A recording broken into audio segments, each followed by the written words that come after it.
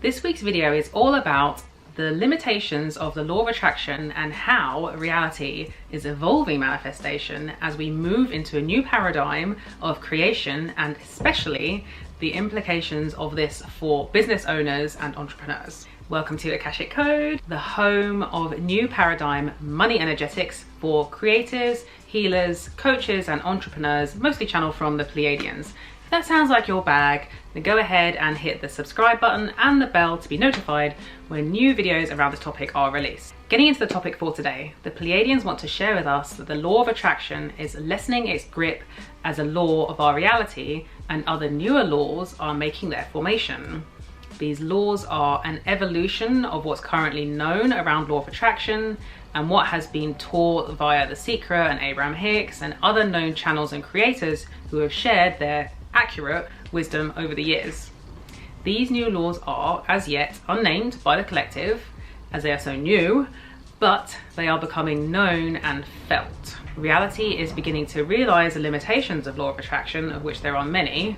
Reality here means the collective consciousness of all beings. In other words, this is not a realization that's only happening on Earth, but also in the Pleiades, where our friends are channeling from, and many other galaxies and planets throughout this dimension of reality. Since we are all fragments of the consciousness that is the creator, it is us, the collective consciousness of all, that is instigating these changes to law of attraction. Before we get into where and what we're evolving into, let's have a brief refresher around what we know to be true about the law of attraction. So a quick recap from the Pleiadian channel. You already know that the vibration of like matches like in this reality, which means that you're encouraged to choose the thoughts that align you with the timelines that you want to move on to. This creates a sympathetic resonance between you and your desire, which eases your transition onto that timeline. To achieve this, traditional law of attraction methods focus on increasing the vibration of who you are. This looks like repeating mantras, holding believable beliefs that support you transitioning onto that timeline, and all of this focuses on positivity and persuading you, and in particular subconscious, into what's to come, but which in reality already exists, but you're just aligning with it. So where does this fall down? Where and how is our evolution moving us beyond these law of attraction basics? What do we need to do to align with this incoming reality around manifestation? And importantly, how does it affect our business and personal money energetics? Let's get into it. So the law of attraction is less effective the more self-centered you are in your manifestations. The law of attraction is very self-centered. The manner in which the law of attraction has been formulated by the collective is to essentially vibrate yourself onto your chosen desired timeline. In other words, you heavily focus on yourself. What do you want? What will go on your vision board? What can you gather, cultivate, and milk out of your reality? Since we're all very powerful creators, unfortunately, this has created some rather self-centered creations which haven't always been in alignment with the collective needs or evolution. In other words, in the single-minded pursuit of certain desired timelines, people, animals, nature, the elements, and more aspects of existence that are beyond our comprehension have suffered. And so the reason for the de-emphasis of the law of attraction as it is known is not to detract you from getting what you want, but to teach you that you get what you want when everyone gets what they want. The power of collective desire is greater than the power of singular desire. And so whilst yes, the law of attraction will continue to exist, you can and will get what you want through using well-known law of attraction methods, and you'll find that you'll receive what you want faster when you first consider how your desire impacts upon the collective, particularly for the worst, making mindful adjustments, preferably as always sourced from your soul space, and secondly, how what you're calling in can be utilized in the evolution of the collective. So let's consider this. It will be easier for you to manifest, for example, a cob house made of earth and materials that have a lower impact on the environment than it will be for you to manifest a high consumption, unsustainable super house. It will be easier for you to create a business that deeply serves a collective desire to heal a trauma pattern around father wounds or toxic relationships than it will be for you to manifest a business that is, for example, entertaining, but fills the minds of children with toxic thoughts around their image, body, or capabilities. The collective is being asked by itself to consider the whole, the collective need, the collective impact of its manifestations. What this means is that manifestation that prioritizes the well-being of the collective, as well as helping you realize your desires, will arrive faster to you as more of reality is in favor of it arriving. The experiment that is law of attraction didn't anticipate the level of greed and self-satisfaction that would come from this law, and now adjustments are being made to the law by collective consciousness to account for this new understanding. So ask yourself in advance of trying to manifest something under the law of attraction, whether it is a true soul desire, as no desire of the soul would not take the collective into consideration, so that covers that point. And once you've checked in with the soul, ask yourself, is the net effect or impact of this desire a positive one? Net effect here means that whilst there may be some downfalls to this manifestation, the overall effect is positive. For example, desiring a new car may cost the earth some resources, but if it means that you're able to travel further to replenish your well-being more meaningfully or to serve your community more deeply, then the net collective upside is greater than its downside. 2. Positivity is less important. The second way that law of attraction is evolving is to place less emphasis on positivity and the upward spiral and send more of its efforts into seeing truth from a space of the observer or witness. Now, this has been known in the collective for some time, the power of the observer, seeing things for what they are without preference, learning to play and go deep into the moment. But in reality, that hasn't been used very much because other than the most spiritually trained and capable, most of us couldn't reach these heights of non-resistance. This is now changing as consciousness rapidly rises. Unenlightened beings are beginning to see themselves for the first time, and this rising of consciousness in reality isn't through heavy devotion to meditation or practicing anything esoteric. It's just because they are riding the wave of collective consciousness rising that's generally happening right now. Consciousness is like the waves in the sea. One drop of water rising from the ocean creates little impact, but millions of drops rising creates a movement, a wave into which the whole ocean begins to move and respond from.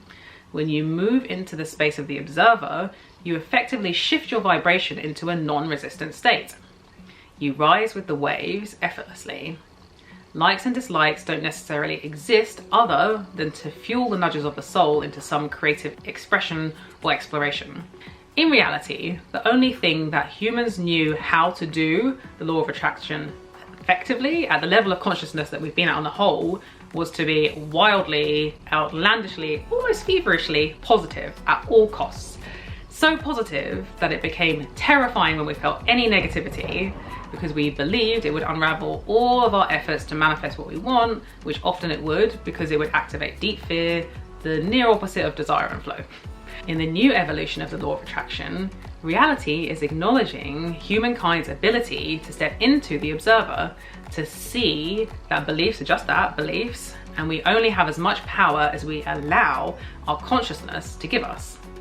In other words, rather than seeing reality as a kind of God to which you have to offer up all of your positivity that you can possibly squeeze out of yourself, humankind is now realizing that the power is consciousness itself.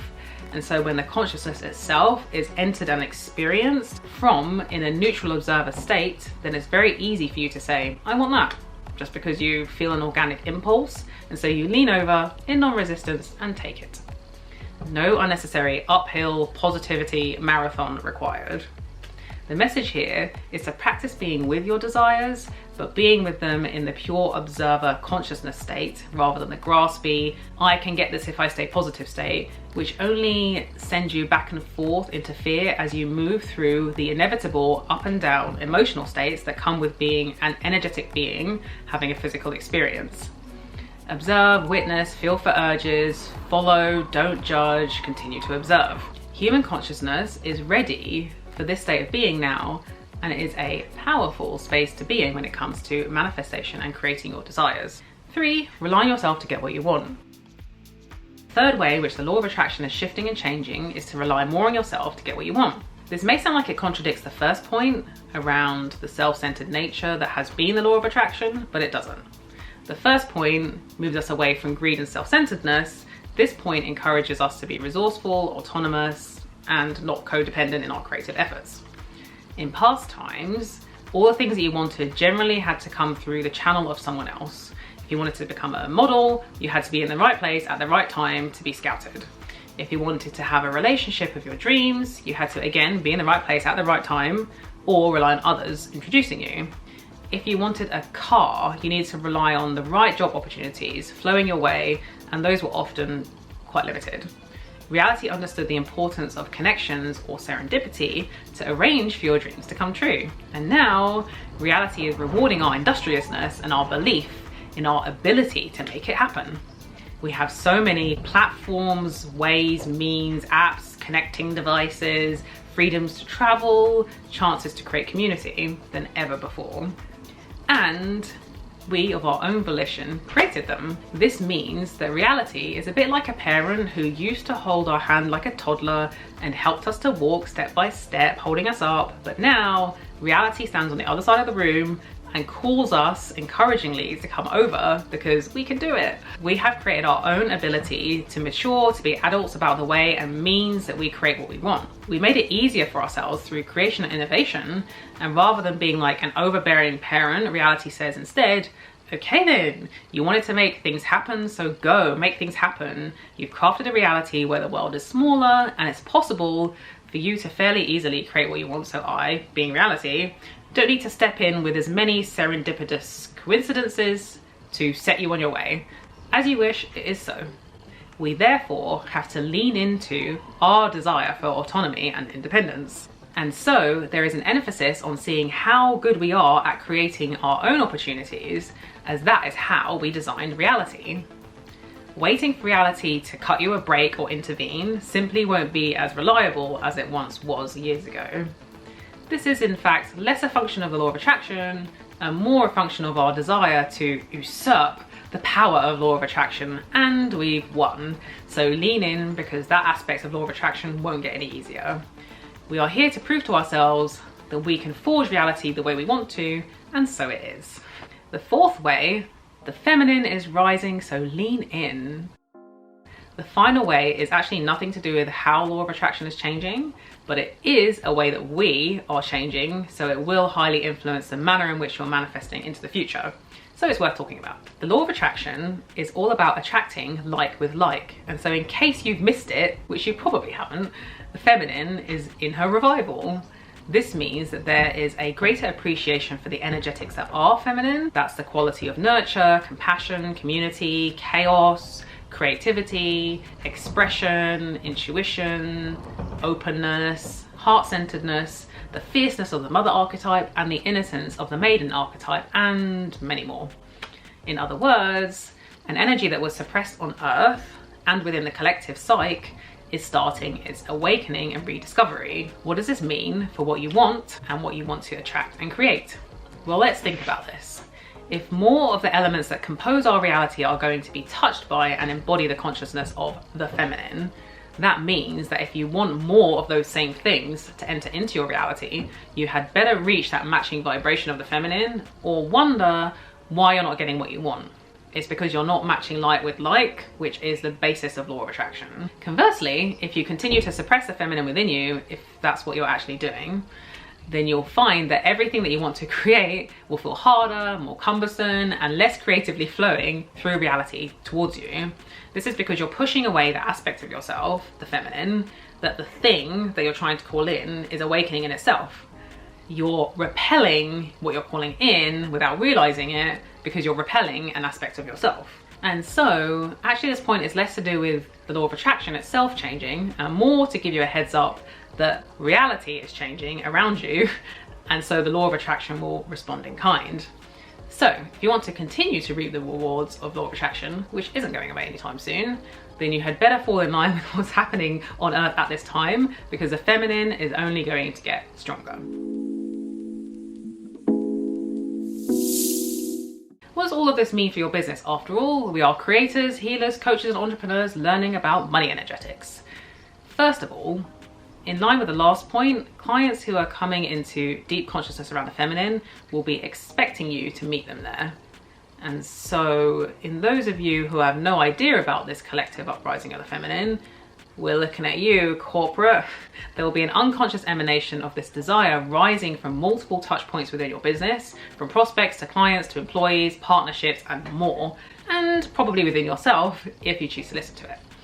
This will manifest as a desire for more community, care, nurture, understanding, upholding, and leniency as a collective desire for prioritizing family, friends, and emotional well-being and rejuvenation will continue to escalate with the rising influence of the feminine in culture and psychology. Forceful, expectant behaviors from senior management won't wash any longer with existing workforce nor incoming employees. Expectations are fine, it's a forceful violence that isn't. Clients and employees will expect more care and concern, and this is only being fueled by recent global events. It also means that rigid hierarchical structures are melting as all beings more deeply and consciously experience their temporal nature with each other. And so your message had better be humanized and connecting. Always re-anchor into the story behind your brand, its values, its meaning, its mission. There always was a story behind your brand, whether you consciously knew it or not, but start sharing it or risk being drowned by the uprising of candid humanity in solopreneurs, micro companies, and other grassroots enterprises who embody the hell out of this new humanized frequency and are more magnetic than any giant brand without any story or origin story can fathom. Have a face, have a feeling, be relatable. Barriers are being broken down and our technology is facilitating this. There's no space to hide from the collective eye, and nor should you want to. Process in private, that's fine, and keep what's deeply cherished or raw in you close to your heart, but everything that makes you relatable, human, and whole, share it. Trust your vibration to bring you what you need, what's necessary, and what will elevate. The more that you do this, the less resistance there will be for people to move through reality to get to you. The stall is open for the right hands to reach for and grasp what you have on offer. And if you implement and embody what the Pleiadians are sharing with you here, then clients will be tumbling over themselves to reach you, as from their perspective, the heart of the human collective has felt very hollow for a very long time, and the soul has been lonely, even in the middle of a crowd.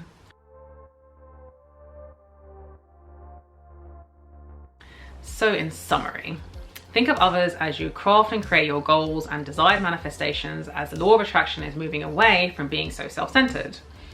Lean into observer consciousness, which is more readily available to you than ever before due to collective consciousness rising.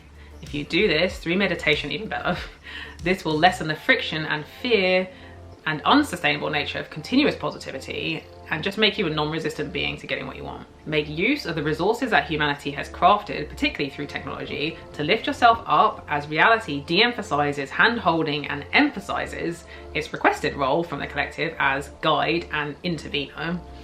Lean into the uprising feminine consciousness, as to go against it is to fight with the rising collective energy here. Law of attraction applies heavily for this point, so don't fight what is, it only creates friction with what you're wanting to manifest. Thank you so much for joining me today. I invite you to hit the like button if you got value out of this video, and also give me a little comment below around your biggest takeaway from what the Pleiadians have shared with us today. Also, if you feel like you want to go deeper and you're ready to really elevate your business, I invite you to hop onto a 20-minute Business Ascension call with me, where we're going to ask the question of your Akashic records: what do I need to do to 10x my business income? So in this call, my intention is for you to walk away with one golden nugget from your Akashic records around what's needed for you to 10x your business income. I'll also direct you to resources, so podcasts, books, coaches, influencers, whoever I can think of that will help you embody the wisdom that flows through from your Akashic records. So I'll direct you to any resources that come to me. And also we'll do a call in from your Akashic guides, your masters, your ancestors, everyone that's in your supporting team, so that you're available to embody this 10x income business self. So if that sounds like your bag, totally free. I've got nothing to sell you on the call, and you can sign up through the banner or in the description below this video. Thank you so much again for joining me. I hope you're enjoying everything the Pleiadians have to share with us. I'm certainly learning a lot myself, I must admit, and I will see you in the next video. Bye.